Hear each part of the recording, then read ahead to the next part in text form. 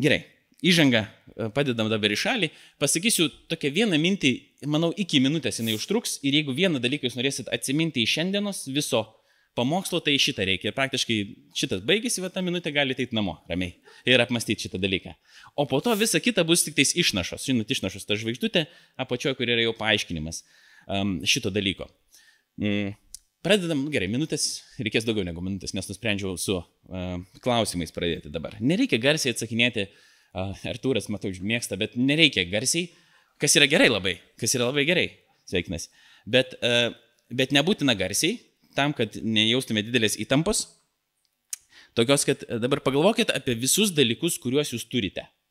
Tiesiog pagalvokit trumpai apie tai, ką jūs turit. Galbūt, kas jums yra brangiausia, nuo to galite pirmiausia pradėti galvoti, bet šiaip, apie viską, ką jūs turit. Kas tai yra per dalykai?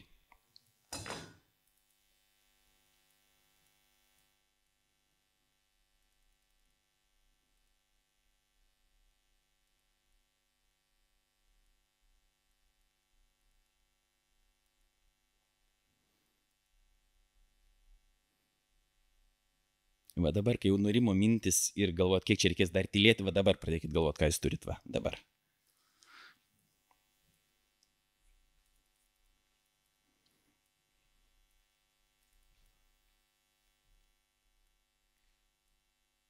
Dabar pamastykit, kiek iš tų dalykų, kuriuos jūs turit, aš nežinau, apie ką jūs tiksliai pagalvojat, kiek iš jų jūs esate gavę.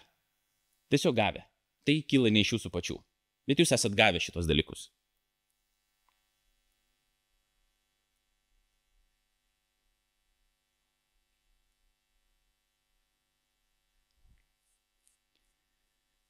Dabar pagalvokite apie tos dalykus, kuriuos jūs esate įgyję, užsidirbę kažkaip, kad tai yra jūsų pastangų kažkoks rezultatas.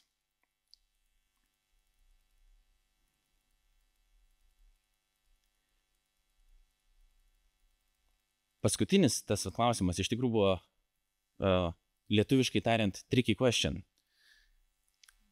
Nėra tokio dalyko, ką jūs būtumėt patys susidirbę, arba įgyję, arba aš lygiai taip pat. Kas atrodytų yra paradoksas, nes negi aš pinigų pats neužsidirbu, negi aš kažko nepasiekiu savo darbe, arba šeimoje įdėjęs daug pastangų. Negi viskas taip ateina be pastangų, man nukrenta iš dangaus. Reikalas yra daug esmingesnis.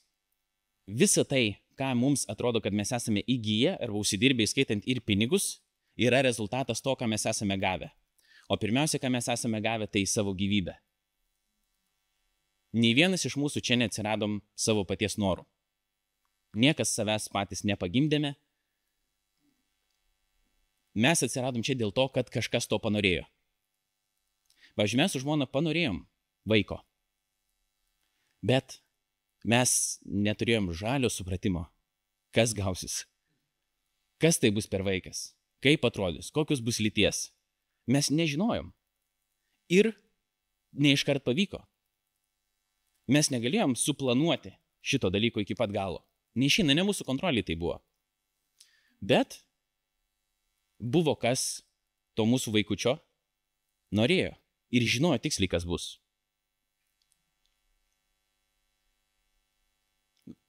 Dabar klausiau, kas to norėjo, tad tikriausiai žinot atsakymą. Dievas panorėjo. Ir Dievas žinojo, kaip atrodys mūsų dukra, kokia jinai bus, kaip jinai augs ir taip toliau. Dievas panorėjo kiekvieną iš jūsų irgi. Kiekvieną iš jūsų. Visiškai žinodamas ir pažinodamas jūs dar prieš pasaulio sukūrimą. Užmesgė jūs motinos įsčiose ir davė jums gyvybę. Kaip didžiausią dovaną. Ne jūs dėl to, ką nors darėt, ne jūs nusipelnėt, ne jūs apie tai mąstėt. Tiesiog jūs atsiradot. Jums buvo duota gyvybė kaip dovana. Tam tikra prasme ir jūsų sugebėjimai buvo jums duoti. Ir man, skaitant irgi mane. Tie, kurie leidžia jums kažką pasiekti gyvenime. Tai nereiškia, kad jūs galite jų ugdyti kažkaip. Arba kad jūs visiškai neturit valios. Arba kad valios negalima ugdyti. Galima ugdyti. Bet fundamentaliai, pačiu esminiu lygmeniu, gyvybė jums yra tiesiog duota. Ir dabar, jeigu mes pamastom, kad jeigu Dievas yra davęs mums gyvybę, tai ar mes esame savo patiems? Ar mes priklausom savo? Logiškai sakė, nepriklausome savo patiems. 24 psalmėje yra parašyta, kad viešpaties yra žemė ir visa, kas joje, pasaulis ir visi jo gyventojai. Visa priklauso Dievui. Net jeigu nebūtų Biblijoje parašyta visiškai filosofinė tokia logika mąstant, ne jeigu Dievas yra, jis yra viso ko kūrėjas, viskas jam priklauso. Tai reiškia, kad dabar sėkminių proga, ką šventoji dvasia daro, jinai atnaujina, veda į tiesos pilnatvę. Tai mes turim atnaujinti savo mąstymą, taip pat kaip yra mums pasakyta, šventojoje dvasioje, tai su sėkminėm vis tiek mes susiesim šitą visą reikalą, už tai aš ir imu dovanas. Gerai, Laurinai liaukis. Tai mums reikia atnaujinti savo mąstymą apie tai, kas yra mūsų, kas yra ne mūsų ir visą tai susijęti su pinigais.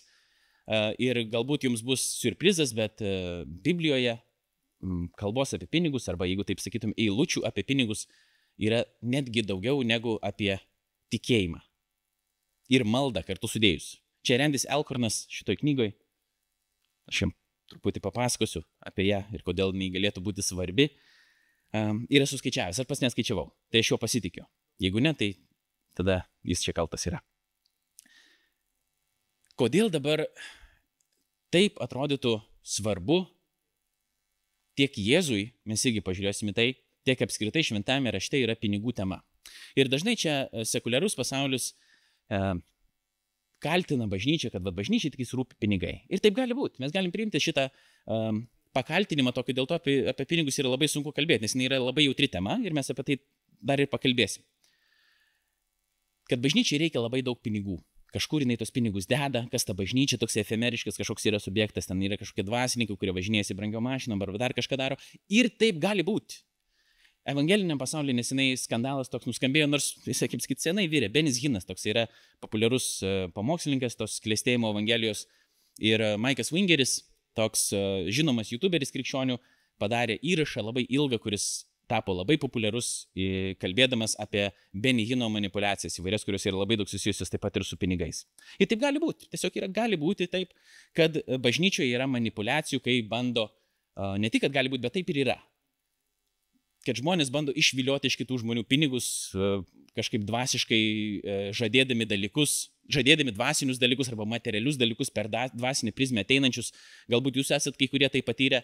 Bet tai nereiškia, kad jeigu yra kažkokių dalykų arba manipulacijų, reiškia tada šitą temą reikia kažkur uždaryti ir visiškai apie tai nekalbėti, dėl to, kad tai yra gėda arba kad mes tada kažkokia yra mano dalis, prie kurios niekas negali jau dabar lysti. Bet reikalas yra toks, kad bažnyčia egzistuoja pasaulyje, ne, kad iš kažkur tas mikrofonas atsirado, iš kažkur tas stovas, šitos lempos, gitaros, dar kažkas turėjo sumokėti už kurą atvažiuojančiam, kažkas turi pastoriui atlyginimą sumokėti. Bažnyčia yra reikalingi finansai išsilaikyti. Bet bažnyčia ne tik išsilaiko, bažnyčia nori laiminti, duoti pasauliui. Ir visą laiką tai buvo, kad iš krikščionių bendruomenės, plačiaja to žodžio prasme, kilo įvairios iniciatyvos. Filantropinės, vadinkim, iniciatyvos, socialinės iniciatyvos. Socialinis darbas yra krikščioniškas produktas. Tai yra laiminti ir remti tuos, rūpintis tais, kurie patys savimi negali pasirūpinti. Karma šito nedaro. Už karmą tu pats turi kažkaip atsipirkti. Klausimas, jeigu žmogus nėra pats savo vertingas, ne pats savo, bet pats savaime vertingas, kodėl reikėtų man save aukoti ir tai, ką aš turiu, vardant kito? Krikščioniui yra atsakymas, nes Dievas yra sukūręs kiekvieną žmogų ir kiekvienas žmogus Dievui rūpi ir tai, ką mes turime, mūsų gyvybė, įskaitant, taip pat mūsų laikas, mūsų talentai ir mūsų pinigai yra skirti ne vien mums. Jie yra skirti kitiems. Nes gyvenimas yra trumpas ir mes koncentruojamės ne jį pirmiausia. Mes čia gyvename, taip, galime ir apsišviesti gražiai, ir gitarą gražesnę nusipirkti, ir su normaliu automobiliu važiuoti, visokių dalykų galima daryti. Čia ne apie tai kalbėsime šiandien. Bet mintis yra tokia, kad dėl to, kad yra manipulacijų ir kažkokių negerų dalykų įvykusių, kurie dar įvyks ir ne tik piniginiai sferoje, bet kadangi žmonės yra nuodėmingi, mes irgi esame iš esmės viena vertus nusidėlių susirinkimas, kita vertus šventųjų susirinkimas. Nusidėliai dėl to, kad mes esame žmonės ir mes nesam tobuliniai vienas, bet mes pasitikim Kristaus tobulumu ir jo auka ir dėl to gali Paulius rašydamas bažnyčioms sakyti, aš kreipiuosi į šventuosius dėl to, kad Kristaus kraujas yra mus nuplovęs. Bet mes esam grybai. Mes esam grybai. mes daug, būtų grubesnį galima žodį pasakyti, bet bažnyčiai, bandau, kaip sakyti, ležiutą savo valdyti, ne? Mes daug nesąmonių pridarom. Labai daug nesąmonių pridarom. Net ir čia susirinkę šitą, jau galvojam tenais, kas kaip ranką galbūt pakėlė, kas kaip ten pažiūrėjo, kaip ten kas atsistojo, kaip ten kodėl taip atėjo, kodėl tas to nebuvo, dabar jisai yra. Jau toks makalinė mūsų galvose vyksta, ne? Ir mes bandom čia susirinkę dabar iš naujo vėl atsinaujinti šventoje dvasioje, kad Kristus mums atleistų pirmiausia už mūsų tos visas nesąmonės, ką mes galvojam, ką mes darom, ir tada suprasti tai, ką jisai nori mums pasakyti. O tai, kai jisai nori mums pasakyti, tai turi keisti mus ir įgauti praktinę išraišką kažkokią mūsų gyvenimuose. Ir, kas yra svarbiausia, tai yra gera. Mes galvojam, kad jeigu Kristus nori kažką mums pasakyti, ypatingai apie pinigus, tai jau tai yra kažkas nelabai gerai, aš to nenoriu klausyti. Apie tai, kad aš būsiu laimingesnis, aš galbūt būsiu sveikesnis, galbūt ten dar kažkas geriau, tai viskas fainiai. Bet jeigu iš manęs yra kažkas reikalaujama, tai reiškia, tai yra blogai. Aš nenoriu, kad iš manęs būtų kažkas reikalaujama, o Kristus reikalauja. Čia yra labai prasta pardavimo kalba. Ne? Kristus reikalauja. Ir jis reikalauja visko. Jis reikalauja absoliučiai visko. Tai nereiškia dabar mes atnešim čia dabar didelius tokius krepšius ir dėsim visus savo pinigus ten į vidų ir marškinius ir dar kažką tokio. Bet jis iš tikrųjų reikalauja visko. Reikalauja visų mūsų. Ir pinigai yra dalis to.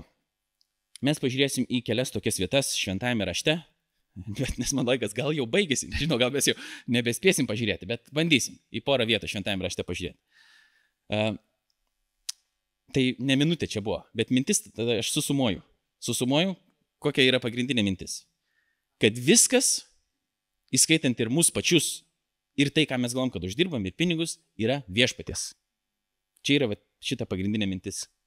Dabar ką su ją reikia daryti? Čia yra kitas klausimas. Kaip elgtis, aš jums nepapasakosiu. Čia ne mano darbas yra šiandien jums papasakoti, ten nupaišyti finansinę piramidę, nedaug dievę, ar dar ką nors tokio, arba aiškinti, kur reikėtų investuoti, arba kur ten ką reikėtų daryti. Ne tai bus. Jeigu nori pirmais priekit, aš šiandien bukletų mažą. Nebus taip, ar ne?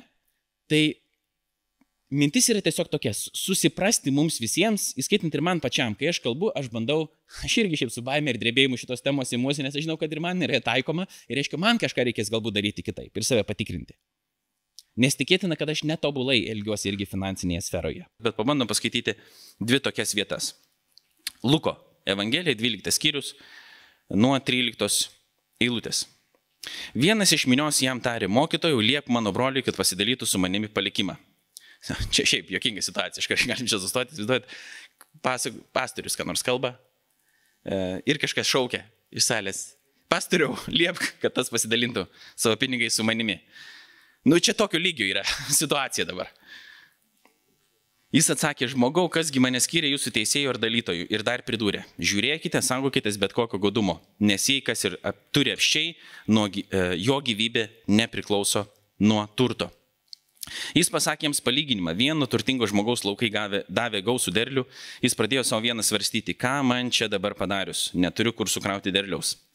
Galop jis tarė, štai ką padarysiu, nugriausiu savo klojimus, statysiuosi didesnius ir į juos sugabensiu visus javus ir visas gerybės.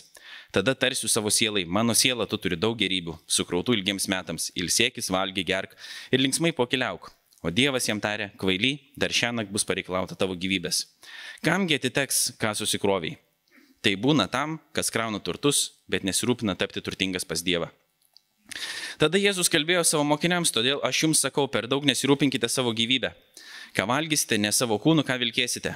Gyvybė svarbesnė už maistą, o kūnas už drabužį. Pasižiūrėkite į varnus, jie nesėja ir nepjauna, neturi nei sandėlių, nei klonų, bet Dievas juos maitina. Jūs nepalyginti vertesni už paukščius. Kasgi jūsų galėtų bent savo rūpešių, bent per sprindį prailginti savo gyvenimą. Tad jei jūs neįstengiate padaryti net mažmožio, tai kam rūpinatės kitais dalykais? Įsižiūrėkite, kaip auga lelijos. Jos neverpia ir neaudžia, bet sakau jums, nes Saliamonas pačioje savo didybėje nebus taip pasipuošęs kaip kiekviena iš jų. Jeigu Dievas taip aprengia laukų gėlę, šiandien žydinčią, o rytoj metama į krosnį, tai dar labiau pasirūpins jumis mažatikiai. Tad neklausinėkite, ką valgysite ar gersite ir nebūkštaukite visų tų dalykų vaikus iš šio pasaulio pagonis. O jūsų tėvas žino, kad viso to jums reikia. Verčiau ieškokite jo karalystės, o tai jums bus pridėta. Nebijok mažoji kaimenė, jūsų tėvas panorėjo atiduoti jums karalystę. Išparduokite savo turtą ir išdalykite išmaldai, įstaisykite savo piniginių, kurios nenusidėvi. Kraukite nenykstantį lobį danguje, kur joks vagis neprieis ir joks kandis nesuės. Kur jūsų lobis, ten ir jūsų širdis. Dabar iš tos mažos knygutės, tai yra Bilo Geitso finansiniai patarimai, čia yra naujas Evangelijos pagal Matą vertimas, tai nesigaskit, kad kitaip atrodo šita knyga negu įprastai. Evangelija pagal Matą, 6 skyrius, nuo 20 eilutės tikriausiai. Pabandysime perskaityti.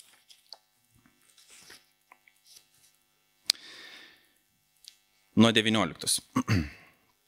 Nekaupkite savo lobių žemėje, kur juos naikina kandys ir rūdis ir kur vagis įsilaužia ir vagia. O kaupkite savo lobius danguje, kur jų nenaikina nei kandys, nei rūdis ir kur vagis neįsilaužia ir nevagia. Juk kur tavo lobis, ten bus ir tavo širdis. Kūno žiburys yra akis, tad jei tavo akis yra tiesi, visas tavo kūnas bus šviesus, tačiau jei tavo akis yra bloga, visas tavo kūnas bus tamsus. Taigi jei tavyje esanti šviesa yra tamsi, tai kiek tos tamsos? Niekas negali tarnauti dviem viešpačiams, nes arba vieno nekęs, o kitą mylės, arba vienam atsiduos, o kitą niekins. Negalite tarnauti ir Dievui, ir mamonai. Todėl sakau jums, liaukitės nerimavę dėl savo gyvasties, ką valgysite ar ką gersite, nei dėl savo kūno, ką vilkėsite. Argi gyvastis nėra svarbiau už maistą ir kūnas svarbiau už apdarą. Pažvelkite į dangaus sparnuočius, nei jie sėja, nei pjauna, nei svirnus krauna, o jūsų dangiškasis tėvas juos maitina. Argi jūs nesate dar brangesni už juos? Kasgi iš jūsų nerimų gali prailginti savo amžių bent vieną uoliktimi? Ir dėl apdaro, kodėl nerimaujate? Pasimokykite iš laukų lelijų, kaip jos auga. Jos nei pluša, nei verpia. Bet sakau jums, netgi Saliamonas visoje savo prabangoje nesirengė kaip bet kuri jų. Tad jei lauko žolė, kuri šiandien yra, o rytoj į krosnį metama, Dievas taip aprengia, tai ar nedaug labiau jūs mažatikiai? Tad nepasiduokite nerimui sakydami, ką valgysime ar ką gersime, ar kuo rengsimės. Juk viso šito siekia svetimtaučiai. Jūsų dangiškasis tėvasgi žino, kad viso šito jums reikia, tad pirmiau ieškokite Dievo karalystės ir jo teisumo, o visa šita bus jums pridėta. Taigi liaukitės nerimavę dėl rytdienos, juk rytdiena pati pasirūpins savimi. Kiekvienai dienai pakanka savo bėdos. Jėzus sako, liaukitės nerimavę dėl rytdienos. Bam, padaryta.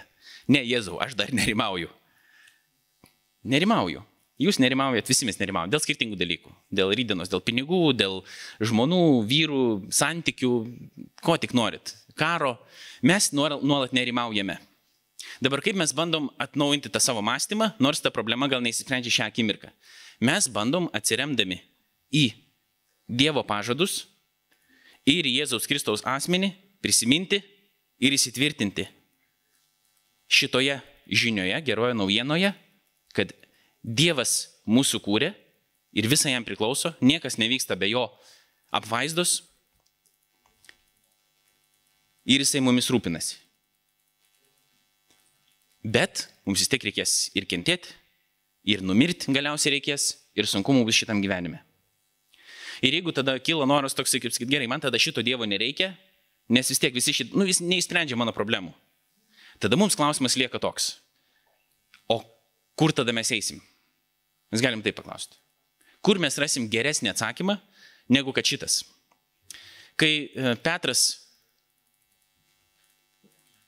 tiksliau Jėzus atsisuko pirmiausiai savo mokinius, kai dauguma jį paliko, jis sako, gal ir jūs norite eiti, nes jo kiti žodžiai buvo, sunkus buvo žodžiai. Ir Petras jam sako, kur mes eisim, tu turi gyvenimo žodžius. Jeigu mes nusisukame, pavyzdžiui, nuo Kristaus šiuo atveju, ne jo pažadais tikėdami, mes atsisukame į kažką. Bėda yra tai, kad į tai, ką mes atsisuktumėme, jei nusisukę nuo Kristaus, yra bedugnė. Neviltis, absurdas, ten nieko nėra. Ten yra juodoji skylė. Problemos ir kančia lieka. Net jeigu mes kažkokiu būdu nusprendę, kad dabar gyvensime dėl savęs, ne dėl Kristaus ir ne dėl kitų žmonių, kažkaip susitvarkysim tą savo gyvenimą, mes vis tiek galiausiai mirsime. Sveikata vis tiek galiausiai pašlys, anksčiau ar vėliau, vis tiek tai bus. Prailginsim, galbūt pasipatoginsim kažkuria prasme, kaip mums atrodo tą savo gyvenimą kažkiek. Bet vis tiek galiausiai yra absurdas ir bedugnė, jeigu Dievo nėra, jeigu mes norim nuo jo nusisukti. Bet, aišku, Dievas yra. Pasaulis yra toks, koks jisai yra, kuriame gyventi nėra lengva, jame yra gyventi sudėtinga. Mes esame išradę tokį dalyką kaip pinigai, kaip mainų priemonė. Bet iš principo mes kalbam ne apie pinigus, tik tai mes kalbam apie turtą. Mes kalbam apie tai, ką mes turime, ką keičiant arba ką turint mes galime pragyventi ir turėti kažko daugiau, negu kad yra reikalinga mūsų pragyvenimui. Gauti kažkokių paslaugų, pavyzdžiui, masažų, dar ko nors galėtume norėti nuvykti į kelionę, kas nėra blogi dalykai patys savaime, be abejo. Ir šitas dalykas, tas turtas, jis mums yra svarbus natūraliai. Dėl to, kad mes turim savo gyvybę, mums reikia kažkaip ją pasirūpinti, kava irgi iš niekur neatsirado, kažkas, jeigu būtų irgi paskaitę šitas eilutes ir nusprendęs taip, ne, vakar patarnauti tie, kurie ruošiasi, nežinau, kavos tarnystė, kaip reikėtų ją pavadinti, bet atsirado, ne iš kažkur kavos aparatas, arbata, dar visokie kiti dalykai, jie yra tiesiog. Kitiem gal, nešauna net į galvą pamastyti, iš kur atsirado. Bet jie yra, atsirado, kažkas turėjo pamastyti apie tai, atsinešti, perskaitytų tie žmonės eilutes, iš vakaro Biblijos studiją padarom, truputį, Mato Evangelijos, nesirūpinkite, rytoj nei ką valgysite, nei ką gersite. Ačiū tau viešpatie. Einu miegoti, tai nėra kavos, ką daryti dabar. Parašyta Biblijai, nesirūpinkit, ką valgyt, ką gersit. Ir tada atskris varnai ir atneš, kaip Elyja, atneš duonos į burną. Čia ne apie tai kalbama, ne, reikia turėti omenyje Jėzaus pamokymų pobūdį. Yra daug hiperbolių, daug yra aštrių tokių pasakymų, jisgi supranta ir po to toliau rašo, Dievasgi žino, kad visų šitų dalykų jums reikia. Jis kalba apie mūsų susikoncentravimą, kur yra mūsų dėmesys visas sutelktas, ant ko mes stovime. Ir jis sako, tai yra neturtas, ne šitie dalykai yra jūsų centras. Jūsų centras yra tas amžinasis gyvenimas ir tie lobiai danguje, kurie nėra pranykstantis. Pinigai, drabužiai, automobiliai, visi tie dalykai išnyksta, jų reikia. Bet ne jie yra esminis dalykas. Jie pasibaigs kažkada. Jų kažkada nebebus, nors jų ir reikia dabar. Bet jie kažkada pasibaigs. Tai jūs susitelkit ties to, ko iš tikrųjų reikia, ko reikia jūsų amžinajam gyvenimui. Ir ten kraukit savo lobius. Jėzus apie tai kalba. Sako, šito dalyko reikia. Ir dabar, kai mes mąstom apie šitos dalykus, ką mes su jais darom? Mus tai šiek tiek išmuša iš vėžių dėl to, kad mes tada, gerai, jeigu aš tai pradėsiu dabar mąstyti, ar man pavyzdžiui reikia viską atiduoti, kaip kad Jėzus yra kažkam pasakęs, sako, prie jo toksai vienas vyrukas turtingas, sako, kaip man laimėti amžiną gyvenimą, sako, daryk tą ir na, sako, aš viską jau darau, liuks, tavarsime, kaip ir normalis, tvarkite, sako, to vieno dalyko trūksta, viską parduok ir sek paskui mane, ačiū, viso gero. Netiko šitas atsakymas. Ar mes esame visi dabar lygiai tokioje vietoje kaip tas turtingas jaunuolis? Viena vertus taip, kita vertus ne. Mus Dievas nebūtinai kviečia atsisakyti savo dabar marškinių, kelnių, pinigų visų ir taip toliau, automobilių, bet jisai prašo mus viso atsisakyti. Kaip sakyti, visko atsisakyti. Tai reiškia savo pretenzijos į tai, kad gyvenimas yra mano, kad pasaulis yra mano, kad pinigai yra mano, kad viskas yra mano. Ne, viskas yra Dievo. Ir jeigu viskas yra Dievo, tada kaip tik ateina ne įtampa. Viena vertus gali būti ir įtampa, apie tai truputį pakalbėsiu, bet ateina šiek tiek ramybė. Gerai, čia nėra mano viskas. Ir jeigu ne viskas yra mano, nes kai galvoju, pavyzdžiui, turi labai daug visko, tai rūpesčių ženkliai daugiau. Kol mes įsigijom prieš 2 metus būstą su paskola kaime. Ilgai ieškojom, 3,5 metų galbūt. Galvom, kaip būtų gerai turėti būstą. Ir kai turim tą būstą, dabar yra atsakomybė, reikia to būstų rūpintis.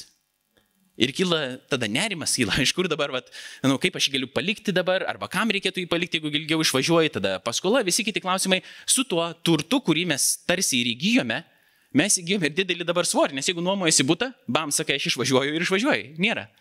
Jis įnuomoja kitoje vietoje, kurį reikia. O dabar su tuo, ką tu turi, turtas, įsikelia daugiau rūpesčio. Ir yra daug tyrimų irgi daryta, Randis Alcornas irgi apie tai kalba, kad aš nepacituosiu šitų tyrimų, reikėtų irgi žiūrėti, Randis Alcornas ką sako, arba žiūrėti tos pačius tyrimus. Ne? Tai toksai pusiau gandų lygmenyje, bet daugam tai bus tikriausiai girdėti informacija.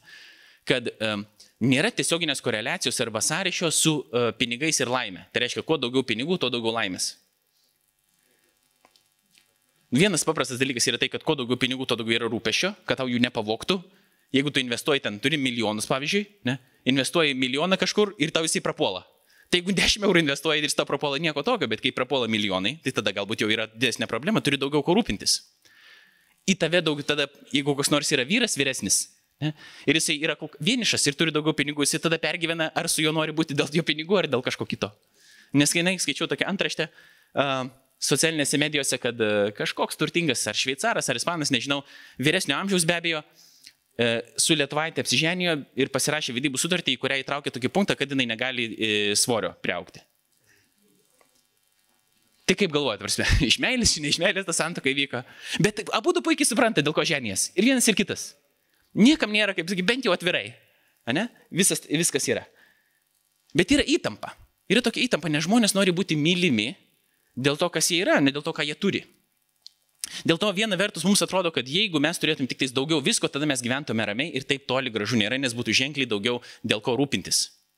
Be abejo, mums reikia pasidengti savo poreikius. Tai yra visi tie baziniai poreikiai. Maistas, stogas virš galvos, kažkur reikia nukeliauti, kažkokių hobių reikia turėti, vaikais pasirūpinti, taip toliau. Visi tie dalykai yra reikalingi. Bet kai tai jau yra, sakykime, turtas, toksai jau didelis turtas, tai yra įtampa. Daugiau negu kad yra vien džiaugsmas. Pagalvokite apie tuos žmonės, kurie loterijose laimi. Ir kiek yra tokių istorijų, kai žmogus laimi loterijoje, dažniausiai tai yra tikrai nepasiturinti žmonės, kurie nebuvo susidūrę su didesniais pinigais, dėl to jie tose loterijose tiek daug ir dalyvauja, kiek iš jų tos pinigus greitai prapila įvairiom prasmėm. Ir po to gailisi, kad laimėjo, nes tai dar labiau sugriovė jų gyvenimą, kas galvoja, kad buvo jau nebeįmanoma galbūt. Pinigai savaime nei blogis, nei kas. Mamona, ta tokia, vadintumėm, dievybė, kuri stovi už to turto, tai yra tarsi stabas, į kurį mes sukoncentruojam savo dėmesį, va čia yra ta problema, bet aš dabar galvoju, kodėl, galvoju apie žmogaus psichologiją. Kodėl mums turtas yra toksai svarbus, nes jisai nėra nesvarbus, Dievas nesako, Dievas žino, kad šitų dalykų mums reikia. Viskas yra tvarkoj.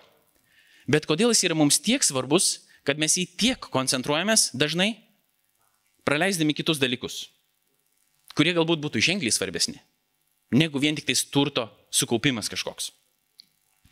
Ir aš taip svarstau, dabar nežinau, čia teisybė ar neteisybė, kad turtas mums atrodo, kad jisai saugo mūsų gyvybę. Nes mes, turėdami pinigų ir šiaip turto, mes galim pavalgyti, mes galim susitvarkyti savo sveikatą, jeigu mes esam paliegę, galim pasirūpinti vaikais, galim pasirūpinti senstančiais tėvais, galim nukeliauti iš vienos vietos į kitą. Jisai iš principo saugo mūsų gyvybę, dėl to jis yra mums toks svarbus.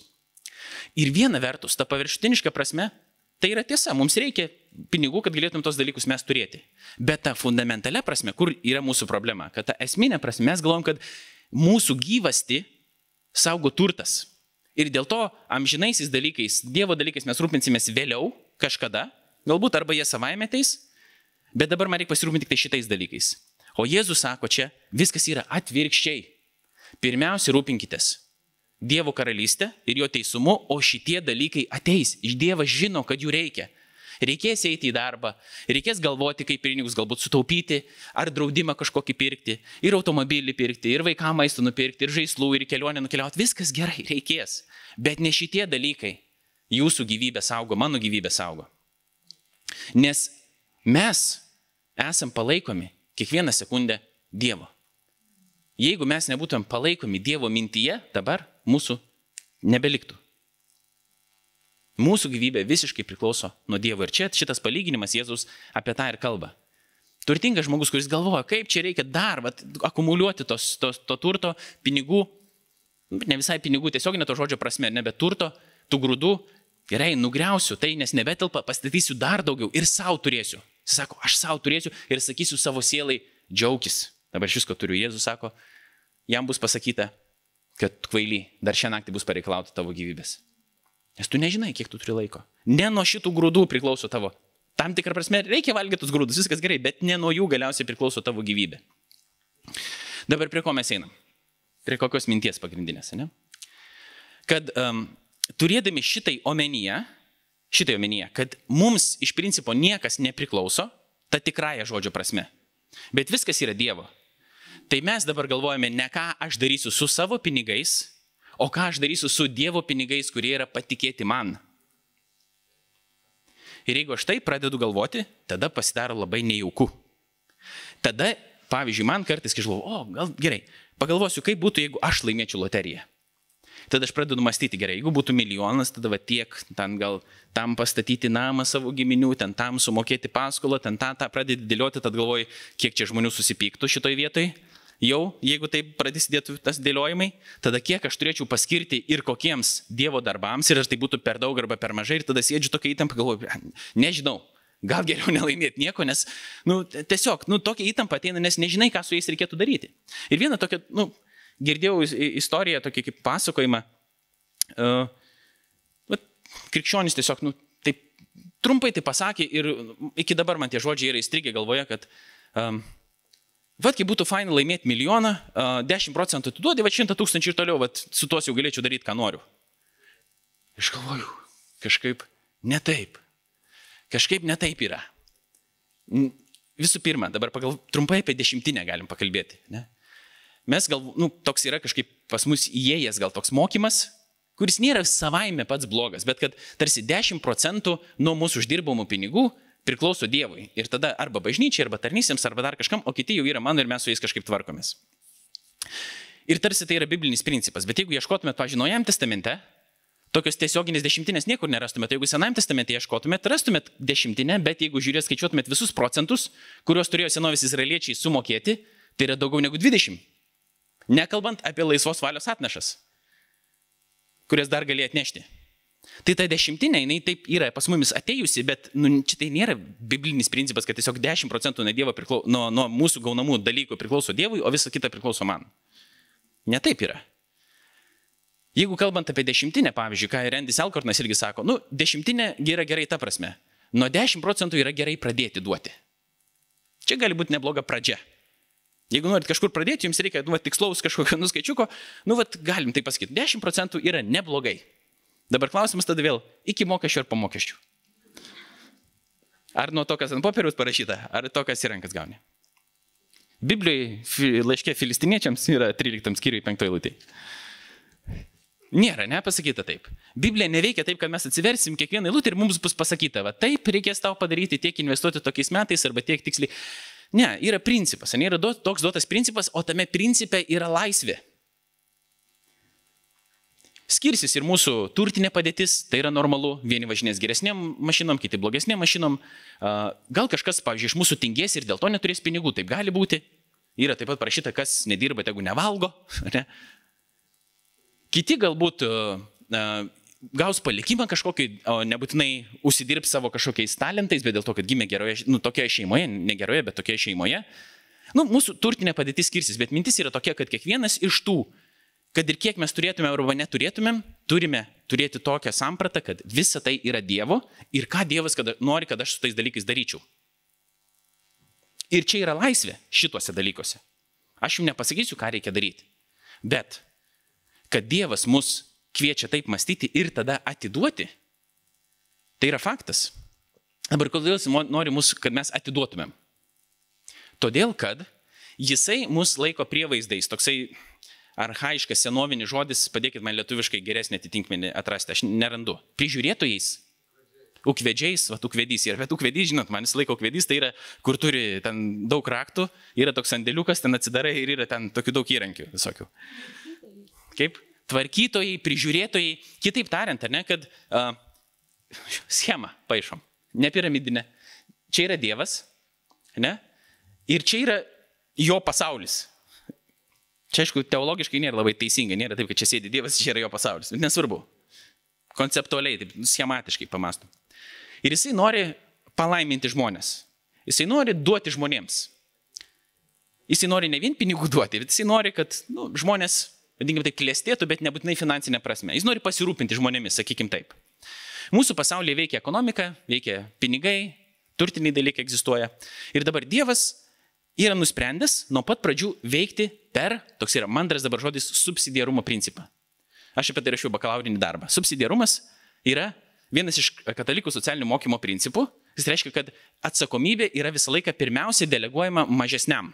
Tai reiškia, necentralizuotai vyksta valdymas pirmiausia, bet socialinį darbą aš studijavau bakalaurį, dėl to aš apie tai rašiau, kad mintis yra tokia, kad socialinis darbuotojas šitame kontekste nepuola įsikišti į probleminę situaciją, pats jos greitai spręsti, bet jeigu yra šeimoje probleminė situacija, pirmiausia žiūri, galbūt yra koks nors žmogus esantis tenais, kuris turi pajėgumo būti įgalintas tą problemą spręsti. Jeigu ne, tada mes einame į kitą lygmenį ir tik galiausiai kreipiamės ten socialinį darbuotoją, valstybę ir taip toliau. Pirmiausia, sprendžiama problema yra lokaliai kažkaip, tame lygmenyje.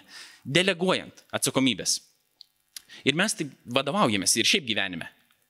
Ne, kad žinom, kad iš galvos viskas spręsti nėra taip gerai. Dievas kažkaip taip yra nusprendęs taip valdyti. Deleguodamas. Pirmiausia, jis deleguoja Adomui ir Ievai tvarkyti pasaulį, nors jis gali pats viską padaryti. Jis deleguoja mums skelbti gerąją naujieną, nors jam mūsų nereikia.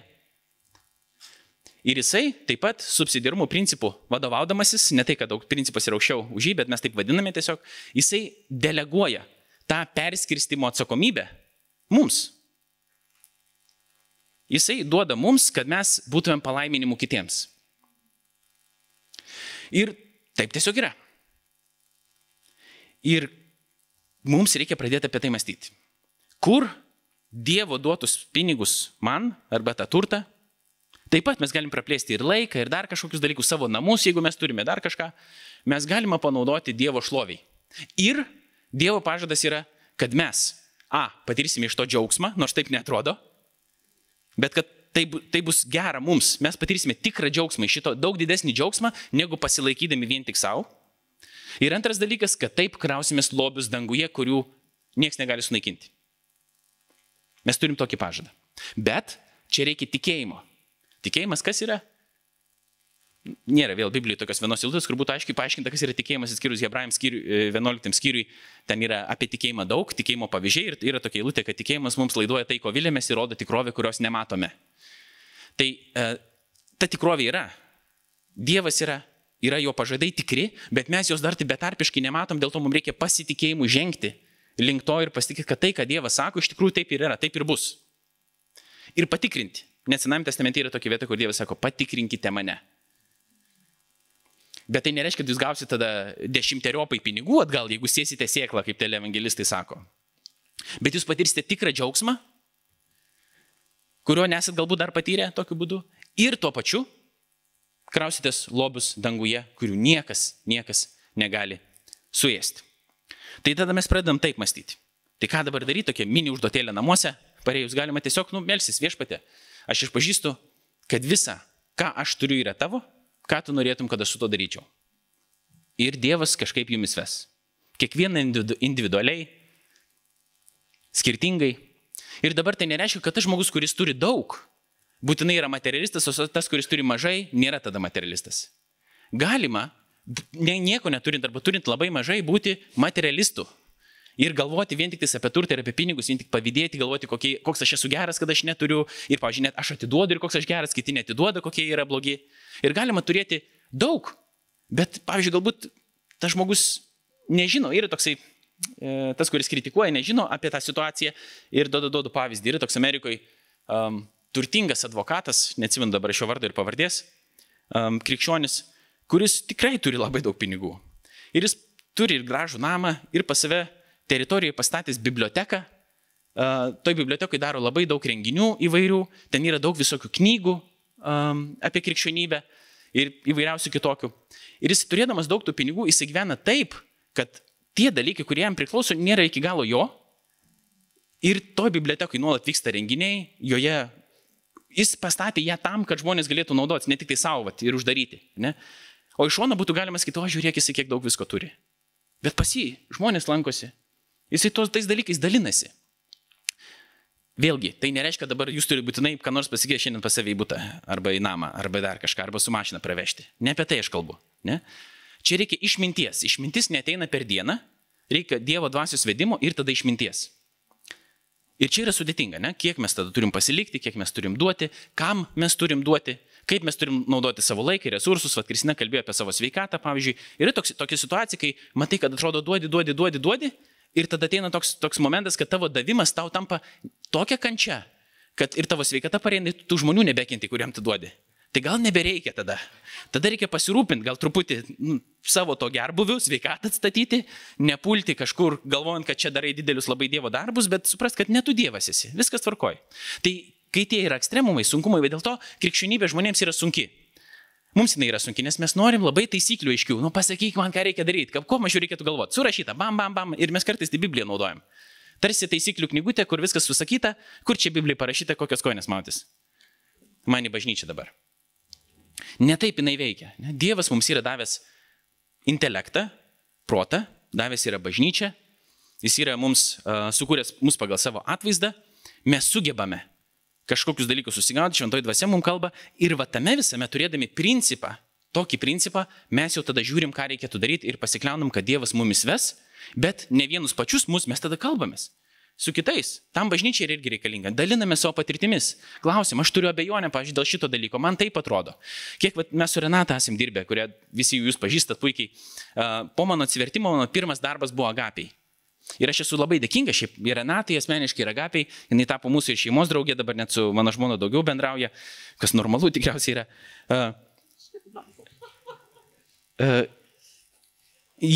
Agapiai ir konkrečiai Renata irgi labai daug įdėjo ir pastangų ir indėlių, tuo metu aš net nelabai supratau tikriausiai į tą dvasinį mano formavimą, įskaitant ir požiūrį į pinigus, kadangi mano darbai visi, aš visą laiką paskutinius 8 metus dirbau darbą, iš kurio atlyginimas yra gaunamas iš paramos.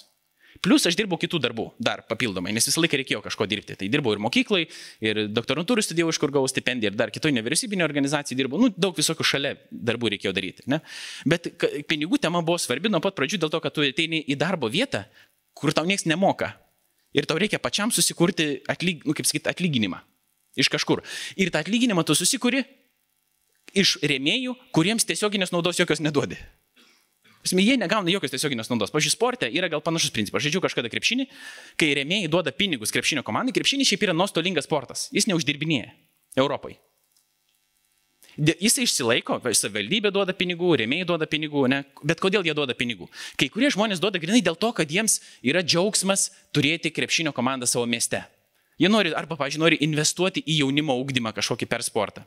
Kiti duoda dėl to, kad jų reklama pasirodytų, vardas būtų žinomas. Ir jiems apsimoka. O čia, kai tu duodi tokiom tarnystėm pinigų, neapsimoka tiesioginė to žodžio prasme. Tu nieko iš to tiesiogiai negauni, tai kam reikia tai duoti? Ir mintis yra tokia, kad taip Dievas veikia, ne kad jis yra misijinės organizacijos, kurios veikia tokiu principu, kad jos neima už savo paslaugas, nes dirbti vis tiek reikia, sakykime, valandų, atitinkamų jis neima atlyginimo, bet jos yra siunčiamos tų žmonių, kurie duoda naudą trečiai šaliai ir tie žmonės tiesiog investuoja. Bet investuoja ne dėl to, kad patys ką nors gaus, nes nieko tiesiogiai negaus. Bet gaus kažkas. Ir tai yra normalu ir suprantama netgi sekuliariam pasaulyje, ypatingai dabar karo situacijų. Kiek lietuviai priaukoja pinigų? Organizacijos kiek priaukoja pinigų? Mes galėtum sakyti, galbūt iš savanaudiškų paskatų, kad neteitų karas iki mūsų. Gali būti tokia motyvacija. Bet kiti davė dėl to, kad pamatė skausmą. Ir taip veikia visokios GoFundMe kompanijos. Tiesiog kažkas mato problemą, reikia tą problemą spręsti, reikia įgalinti kažkokius žmonės, kad nueitų į tą problemą įspręstų. Tie, kurie gauna pagalbą, jie neturi iš ko sumokėti, o tiem žmonėms reikia laiko, resursų ir taip toliau, dėl to jie yra įgalinami paramą eiti ir kažką daryti. Tai mes, kai, sakykime, aš pradėjau dirbti Agapėje, šitą knygą davė Renata. Ne šitą konkrečiai, šitą man parvežė Vladas jau vėliau, man atrodo, iš Šveicarijos, nes sakiau, kad labai gera. Man reikia perskaityti 100 puslapį, aš gerai prisimenu, čia buvo prieš kokius 7 metus tas dalykas. O šitoj knygoje yra 500 kažkur. Ir aš perskaitę 100, nusprendžiau, kad aš noriu perskaityti visus 500. Kodėl? Dėl to, kad čia yra kalbama, knygos pavadinimas yra Pinigai, turtas ir amžinybė. Ir čia Randis Alcornas kalba apie biblinį požiūrį į pinigus, kuris yra ir metantis mums iššūkį, bet to pačiu ir labai keičiantis mūsų mąstymą ir veiksmą. Iš karto, perskaitęs tą knygą, realiai pasikeitė. Ir ne tik mąstymas, bet ir praktiniai tam tikri sprendimai mano gyvenime, kurie davė daug naudos ir džiaugsmo. Ir tai mano raginimas yra dabar irgi, nebūtinai tą knygą skaityti, dar kažką, bet turėti omenyje šitą dalyką, kad ne viskas yra Dievo, niekas nėra mūsų, kad jisai mūsų nenuskriaus ir nepaliks, jisai žino, kad mums reikia ne tik pavalgyti ir turėti stogą virš galvos, bet ir pasidžiaugti, galima ir į kavinę nueiti ir dar kažką, bet kad mūsų požiūris turi keistis, kad ne iš to mes gauname gyvybę ir kad Dievas mums yra patikėjęs tai, ką mes turime, dalintis, skelbiant ir skleidžiant jo karalystę. Ir tai yra didžiausia ir geriausia investicija, kurią mes galim padaryti. Kur ir kaip, jau čia jums reikia aiškinti su Dievu ir bendruomenėje, jau ne dabar, ne šią akimirką, ne su manim. Porą tokių istorijų radikalaus davimo pabaigai. Viena biblinė ir tada porą nebiblinių. Apie našlės skatiką. Žinote tikriausiai, kad Jėzus sėdi, žiūri, kaip yra pinigėliai metami į aukų dėžutę. Įsivaizduoju, eina aukų dėžutė ir eina tada, pastoriaus šiandien nėra, ne dabar, bet kas nors nurūda ar kažkas tiesiog eina ir žiūri, kiek kiekvienas įmeta. Tink. Ir jeigu pinigėlis sutsanksė, ne, tai tinkt. Ir tada žinai, kad mažiau. Jeigu tyliai nusileidžia, reiškia popierinis, reiškia iš daugiau. Visa laimė, kad tarp 5 tenais ir 50 eurų nėra skirtumo, ne, taip pat leidžiasi. Tai gali dar taip kažkaip įsusukti. Tai Jėzus žiūri, ne? Ir ta našlė, jinai įmeta 2 leptonus, 2 mažiausius pinigėlius, taip yra manoma, kokie buvo įmanomi. 2 euro centus įmeta. Ir Jėzus nesako, jei ne, tu pasilaikyk tos centukus savo. Jisai rodo ją kaip pavyzdį, sako, žiūrėkit, jinai atidavė daugiausia. Ir vėl jis apverčia visą tą mąstymo sistemą žmonių, kad, turiu tenais, ką žinau, kiek jie ten galėjo turėti, 1 milijardą leptonų, atidaviau 100 000 leptonų, žiūrėk, 100 000, tik 50 000 kartų daugiau negu kad šita moteris. Jėzus sako, ne taip. Jinai atidavė visą, ką turi, o kiti atidavė iš to, kas atliko. Kas liko va tą. Ir tas toks radikalus davimas, jis yra nelogiškas. Ir kartais, bet čia reikia išminties irgi. Ne? Yra tokių, mano draugas ortodoksas pasako, kad yra tokių močiučių, kurios ateina ir sako, kad užrašys visą turtą. Vat jam. Dar, bažnyčiai, kitaip tariant. Jis sako, ne, neužrašysi. Čia nėra protinga, taip nereikia daryti. Tarsi, gal jei kažkas tai močiutė yra atsitikę, ne? Galbūt, gal labai irgi nori, bet jis turi kaip išmintingas dvasininkas svarstyti irgi apie ją. Ir žiūrėti, kokia čia yra ta situacija. Bet taip pat, jeigu žmogus nori dosniai paaukoti, kažkoks žmogus, ne? Yra taip. Sakai, ne, tai tau pačiam, man dažnai taip sako. Yra taip buvo, ne? Nori kažką duoti, sako, ne, tau pačiam labiau reikia. Aš tai kaip įžeidimą priimu. Sakai, iš kur tu žinai, ko man labiau reikia? Čia net ne apie krikščionišką davimą, tiesiog mano pusseserė man taip sakė. Šiandien noriu gimtadieniui kažką ten padovanoti, dovanoju tą dovaną. Ir jis sako, ne, tau pačiam labiau reikia. 20 metų. Mergina. Sakau, iš kur tu žinai? Ko man reikia, ko man nereikia. Sakau, tu gali priimti ir nebūti tokia išdidi vieną kartą. Gerai, sako taip. Bet kartais taip gali būti, ar ne? Kad irgi čia turim būti išmintingi šitoje srityje. Bet dosnaus davimo tokie pavyzdžiai, pora. Kaip yra kovojama, galbūt, kaip mes kovojame su savo to prisirišimu prie dalykų, nes Dievas nori, kad mes nebebūtume stabmeldžiai. O mes esame stabmeldžiai, nes stabas yra kas yra geras dalykas, bet tampa mums pačiu geriausiu. Tai yra stabmeldys, čia Timo Kellerio apibrėžimas yra. Bet jis yra biblinis, ne? Ir kažką mes turim, prie ko mes esame labiausiai prisirišę, ir tai gali būti nebūtinai turtas, tai gali būti kažkoks santykis, tai gali būti dar kažkas. Ir mes busim čia patikrinti, yra labai didelė tikimybė šitoj vietoj. Mes busim patikrinti. Su Dievo pažadu, kad jisai turi mums paruošęs kažką geriau, bet mes čia tikėtina būsime patikrinti šitoje vietoje. Ir tokius estus turiu draugus, metodistai jie, metodistų pastorė Elė yra tokia moteriškė. Ir jie tada, jinai, nors dirbo, neatsimenu dabar kokį darbą, bet to pačiu jinai buvo ir pastorė vienos bažnyčios kaimo, kur reikėdavo važiuoti 50 km iki to kaimo. Ir ten nedidelė tokia bendruomenė buvo. Man ten teko lankytis ir liudijimą ten sakyti tokį trumpą, bet ten tikrai nedaug žmonių, tokia kaimo bažnytėlė. Ir jos vyras, jisai vairuodavo sunkvežimį. Pačioje Estijoje, kaip aš supratau, jeigu aš gerai atsimenu.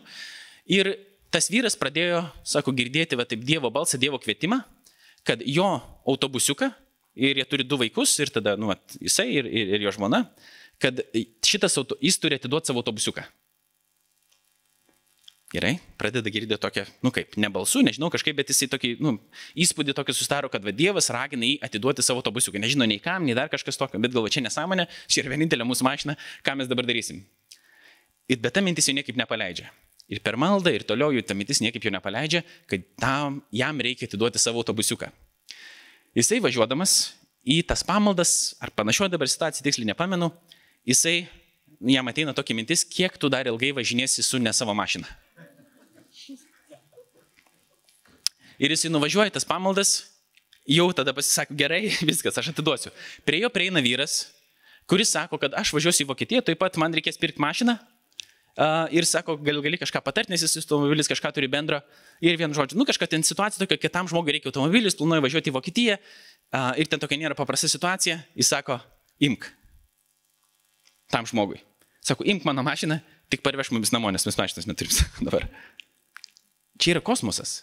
Nežinau net kaip jisai priėmė tą automobilį, kokiu būdu. Ir čia, ką jisai padarė, buvo visiškai nelogiška, bet tai buvo ilgas kažkoks procesas, ne kad jis buvo įsitikinęs, kad Dievas kviečia į tai padaryti. Ta savaitę jis gauna skambutį iš savo draugo verslininko Taline, sako, žinai ką, sako, aš noriu tau Škodą padovanoti naują. Ar reikia? Sako, reikia. Nu ir tada jis jam padovanojo tą Škodą. Per tą savaitę visi dalykai prasisuko.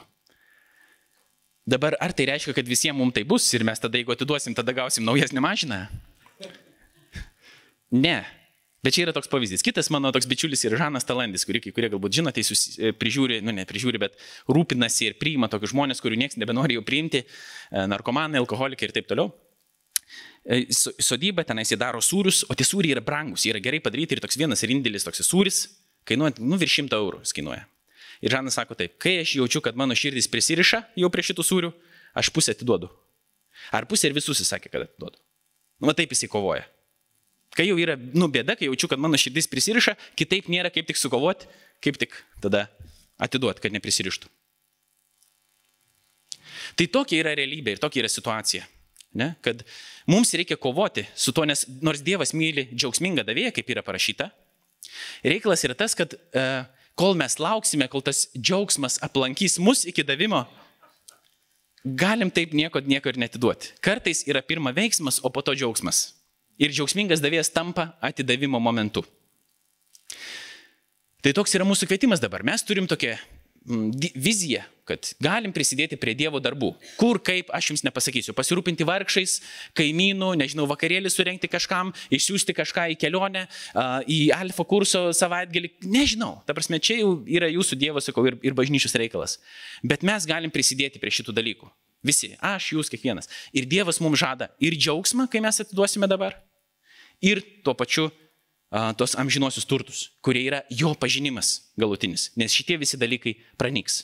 Bet tik turėkite omeny, ne kad yra išmintis, Dievo vedimas ir tam irgi yra reikalinga bendruomenė, kad mes susigaudytume tame. Bet bent jau šiandien pradėkim visi klausyti Dievo balso, ką jis mums nori galbūt pasakyti šitoje srityje. Viešpatie, ačiū tau, kad tu esi geras, ačiū tau, kad tu visi mums davęs viską, įskaitant ir mus pačius, mums esi davęs gyvybę ir ją palaikai. Išpažįstam Viešpatie, kad esam prisirišę, bent jau aš, prie tų žemiškųjų turtų, iš baimės. Atleisk Viešpatie ir panaikink kiekvieną baimę, duodamas savo džiaugsmą, duodant, suprantant, kad visą, ką esam gavę iš tavęs.